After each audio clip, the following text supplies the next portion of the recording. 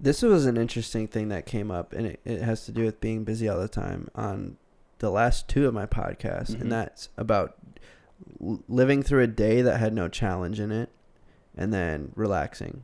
Those two things to me are really interesting because I feel like anybody who's got a lot of goals, if they live through a day with no challenge in it, it doesn't feel good. And relaxing is kind of that by nature. So what's your relationship with challenge and relaxing? And You know, I'm not entirely that good at relaxing.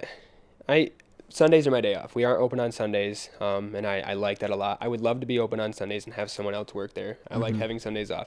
I come out to my cottage with my family, but I'm not just sitting down doing nothing. I'm not just pulling people tubing. I'm always helping my grandpa out with something, whether it's mowing the lawn, weeding some stuff, fixing the boat, working on something. Like I still stay busy when I come out here. And I heard that on your last podcast. Relaxing does not come that easy for me. The only time I really can relax, I'd say, is like at night when I'm like before bed. Like I'm a big advocate of The Office. I absolutely love The Office. So I always turn that on before I go to bed. That's probably my time of relaxing, honestly. Other than that, like throughout the day, I love to stay busy.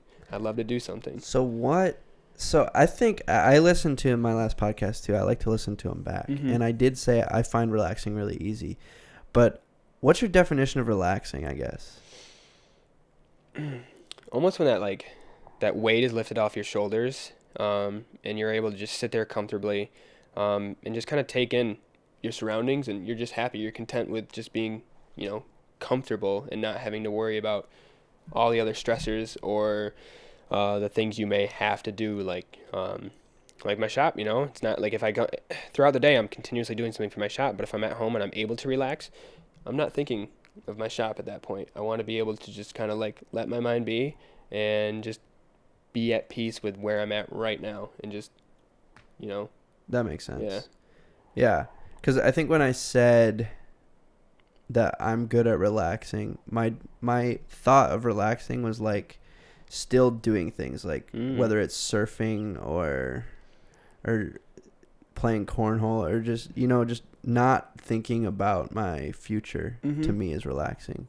Or even getting in the YouTube recommended wormhole where you watch an hour of God knows what from wherever that comes from. I feel that too. So I didn't even think about like surfing. I know you love surfing. I love surfing behind your boat too. That is very relaxing. That's fun. Well, that's because it's something that you like to do. It's something that you're passionate about. And and you almost it's not like you don't have any responsibility with it. If you want to do it, you do it. If you don't, you don't. If you're good at it, great. If you're not, who cares? You're still having fun. That's really all that matters at the end of the day when it comes to something like that. Yeah. I think it would be really fun to make something you feel that way about your career. And that's actually, But I think there would be a huge downside because, like I said, if I'm not too good at surfing, I don't really care. You know what I mean? Yeah, yep. And you want something that drives you and is really challenging. Oh, yeah, yep. You do. Yeah. Yeah, with my shop, I never really thought that I would love selling vapes, paraphernalia, like, because I sell bongs, bowls, grinders, stuff like that for, marijuana. Before it was legalized, we'd have to say it was for tobacco. But unfortunately, we're past that. So we do carry all that kind of stuff. But I never thought that I would have such a passion to just go into work and sell this stuff to my customers. It's not even about selling it. It's about seeing my customers every day because they're such great people. And it's just a new perspective on life that I have never really experienced on my own. And I'm owning my own business. It's all me. Like, obviously I have my uncle, but in reality, I do probably 99% of the work, and then my grandpa handles that 1% of the finances, which he says it's really easy. You know? And as soon as you learn it, you're probably going to take it over. So. Yeah, yep. That's my goal. I am going to take over. How much downtime do you have when you're at the shop, or are you trying to keep that to a minimum? I don't like to just sit there and not do anything. I am always looking for ways to improve the shop, reorganize, because sometimes I'm like, when I'll go to the front door and I'll walk to my display cases and I'm like, all right, what is the first thing people see? And I'm like, is this good enough? Is this what is this what I want them to see? Because it's all about, a lot of the times when you go into a place and stuff like that, it's all about what you first see, because they're more than likely going to buy something that's like right in their view, rather than having to walk around all the display cases. If it's right there and it's what they want, they're going to buy it. So I always try to look for things like that. Or I clean the place, I dust the place, I wipe down the counters. We have all glass counters, all glass cases. People leave fingerprints. Yeah. I hate fingerprints and I hate dust. So I'm always cleaning. And I love my place to look presentable as well. I'm a very big advocate for that too. Of course. I think that's a super important aspect to anything that people kind of look over, is how things look and how things are presented. And I guess just showmanship is like, I can't stress how important it is.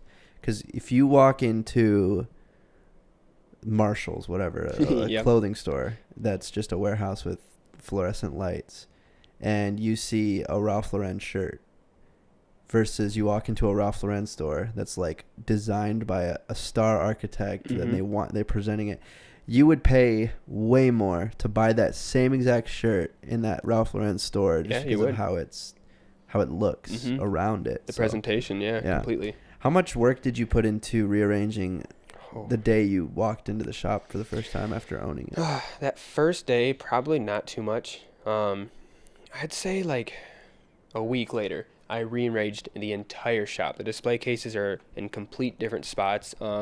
The whole place looks completely different when you walk in it compared to what my dad did. Not saying that my dad didn't have it away. He had it how he liked it. Yeah. But I have a new perspective. How you like it, yeah. And so we have 1, 2, 3, 4. I think we have 6 display cases. And 3 of them you were behind, and you had to walk around and go to the other 3. And I was like, that's just kind of dumb. Like, why don't we make it so that way you're continuously behind the display cases, so you don't have to walk around and then go help your customers. If you have everything displayed appropriately and you're right behind it at all times, it's always easily accessible.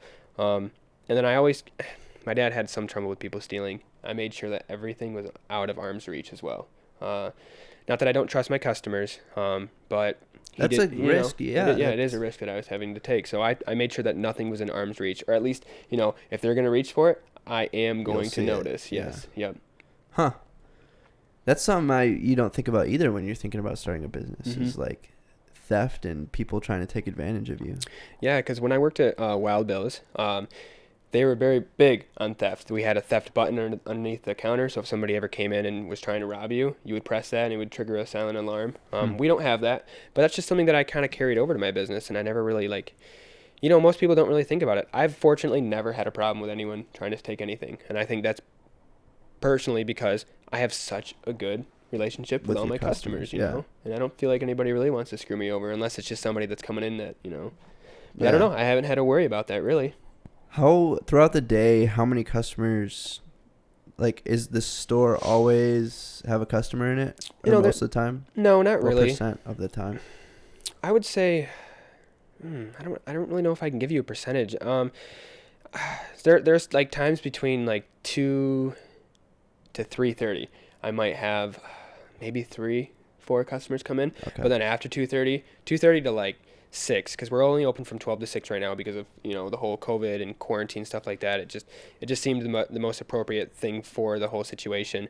And after 2:30, 3, it gets pretty busy. Picks up big time. Like yesterday, wow, we had a great day yesterday, and I'm very happy with that. We were super busy, super busy. Someone in there constantly, and when I only have one person working there, most of the time it's me. So it's first come, first serve, and I almost kind of feel bad sometimes because I might be with a customer for a while, and then I have 2 more customers walk in. Yeah, how do you deal with that? Giving the customer in front of you the best experience possible by not neglecting the people behind them. I always, I communicate. Communication is key. I always just say, hey, I ask them how they're doing. I always ask someone hey, how you doing? Or, I just, I greet them, thanks for coming in. I'll be right with you shortly, or I'll be with you once I finish up with this customer. And they always are okay with it. Yeah. I have a couch in there. A lot of times they sit down, they'll wait, or they'll look around. Or my dog, I have an emotional support animal.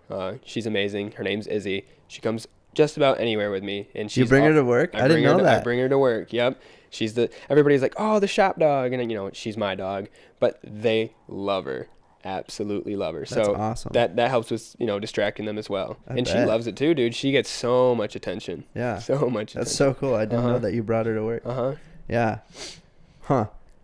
Yeah, the few times I went with, I used to have a roommate who was really big into e-cigs, Mm-hmm. and every time I went with him to get anything, all the shops kind of just feel like people were just hanging out. You know, there's like a mini fridge at the one I went to, and people grabbing waters and whatnot, Nice. sitting on the couch. But yeah, it's just an interesting environment. Of definitely feels like a place people go to talk to people who are into the same thing they're into. Yeah, no, and I've met a lot of, honestly, I call a lot of my customers friends now because I've hung out with some of them.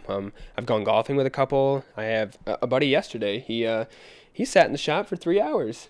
We talked for 3 hours, but like anytime a customer would come in, I'd help the customer, and then we'd resume right back into our conversation after they left. And Right. that's awesome. He wants to come out, and he's got 2 jet skis. He's like, "Yo, do you think I could come out and we could just have like a boat day sometime?" And I'm like, "Well, I always have Sundays off." And I'm like, "Do you work Sundays?" He's like, "No." And I'm like, let's coordinate a Sunday then.